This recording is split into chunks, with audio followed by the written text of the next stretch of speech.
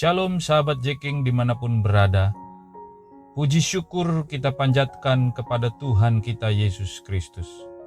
Berkat kasih setia Tuhan tercurah tak pernah berhenti dalam kehidupan saudara semua.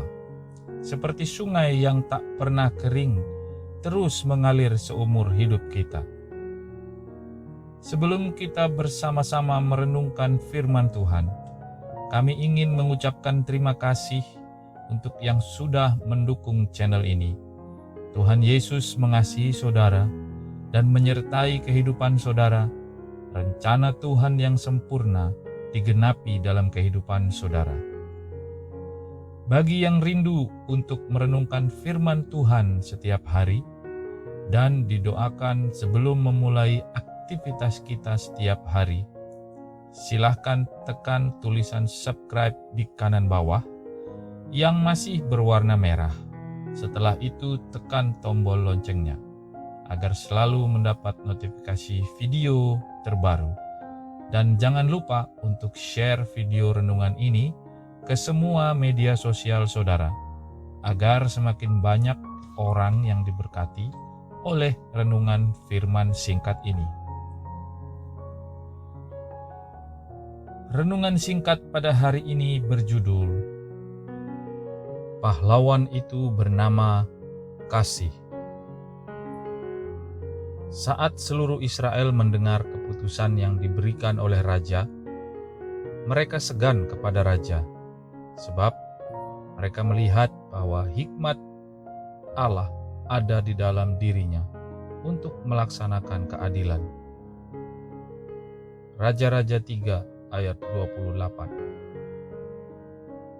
Kalau kita mendengar nama Raja Salomo, maka tentu kita mengaitkan dengan hikmat yang Tuhan berikan kepadanya. Ia adalah raja yang hebat, mengambil keputusan dengan tepat dalam situasi yang sangat sulit. Ketika di pasal ini dikisahkan bagaimana ia memberikan solusi bagi dua orang ibu yang memperebutkan bayinya. Tidak memerlukan waktu yang lama untuk memecahkan masalah tersebut. Namun, apabila kita teliti dengan seksama kisah tersebut, maka yang menjadi pahlawan dalam pemecahan masalah ini bukan cuma unsur hikmat, namun ada satu lagi unsur yang tidak kalah hebatnya, dan itu adalah kasih. Sebab tanpa ini tidak mungkin bayi tersebut selamat, sekalipun Salomo membuat keputusan dengan hikmat yang Tuhan berikan. Kasih seorang ibu sejati muncul sebagai penyelamat, karena ia tidak tega melihat anaknya dibelah dua.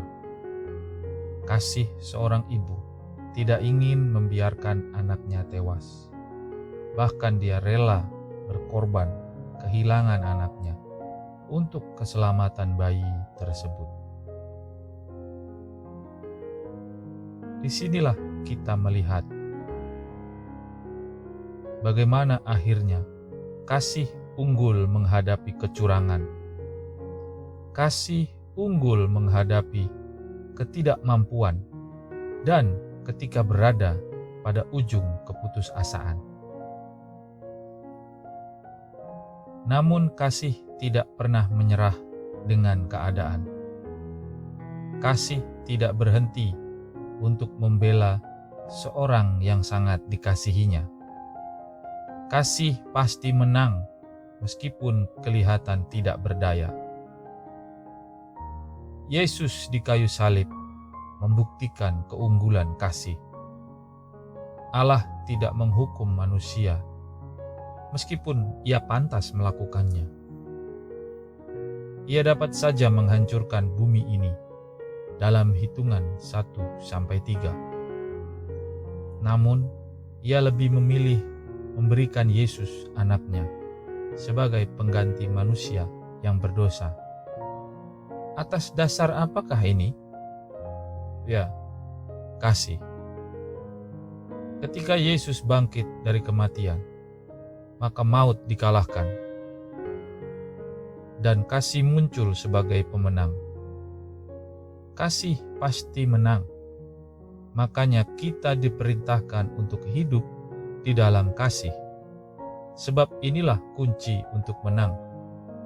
Dan kebenaran ini dipertegas oleh Yohanes dalam suratnya yang pertama. Kasih adalah yang terbesar, dan Allah itu adalah kasih. 1 Yohanes 4 ayat 8. Milikilah hikmat dan mintalah kasih, supaya selalu unggul melawan setiap halangan dan rintangan. Demikian renungan kita pada pagi hari ini. Saudara yang terkasih, pada renungan hari ini, ada 2 pertanyaan yang bisa saudara terkasih jawab di kolom komentar. Pertanyaan pertama, mengapa hikmat tanpa kasih tidak akan ada artinya? Pertanyaan kedua, sebutkan keunggulan hikmat dan kasih. Saudara yang terkasih di dalam Tuhan Yesus, ada nilai penting yang dapat kita ambil dalam renungan kita pagi ini. Nilainya adalah kasih dan hikmat adalah satu bersaudara untuk meraih kemenangan. Sebelum kita memulai aktivitas kita hari ini, mari kita bersatu dalam doa. Bapa kami yang di dalam surga, terima kasih atas kebaikan-Mu yang tak pernah habis mengalir di hidupku. Kami mengucap syukur buat penyertaan-Mu sepanjang malam. Kami boleh beristirahat dengan tenang. Kami berdoa saat ini, kiranya Engkau memberikan hikmat-Mu dan juga kasih-Mu dalam kami menjalani hari ini. Apabila di antara kami saat ini ada yang sakit atau dalam kesulitan, kami bersatu hati di dalam nama Tuhan Yesus, Sang Penyembuh dan Penolong yang setia. Akan terjadi keajaiban, karena hanya kasih-Mu yang mampu menolong kami. Mujizat terjadi dalam hidup kami. Terima kasih Tuhan Yesus untuk jamahan-Mu pagi ini. Kekuatan ada pada kami. Sukacita Tuhan ada pada kami. Apa yang kami lakukan hari ini menyenangkan-Mu, bukan yang menyakiti-Mu. Kami mulai hari ini dengan ucapan syukur. Di dalam nama Tuhan Yesus, kami sudah berdoa. Haleluya. Amin.